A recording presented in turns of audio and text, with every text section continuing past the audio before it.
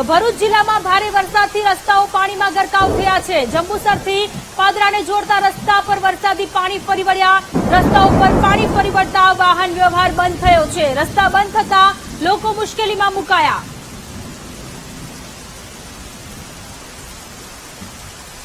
તો ભરૂચની આ સ્થિતિ છે। આકાશી દ્રશ્ય ભરૂચના સામે આવ્યા કે જ્યાં ભરૂચ જળમગ્ન થયું હોય તે પ્રકારની સ્થિતિ અત્યારે જોવા મળી રહી છે। ગુજરાતના માથે 3 જેટલી વરસાદી સિસ્ટમ એક્ટિવ થઈ છે, જેની અસર દક્ષિણ ગુજરાતના ઘણા બધા વિસ્તારોમાં જોવા મળી રહી છે।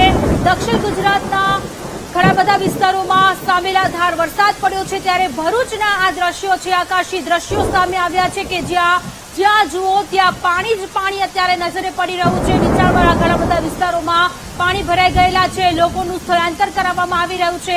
એનડીઆરએફ, એસડીઆરએફની ટુકડી અત્યારે ત્યાં તૈનાત કરી દેવામાં આવી છે। આજુબાજુમાં જે નદીઓ હોય ત્યાં ન જવા માટેની પણ તંત્રની અપીલ।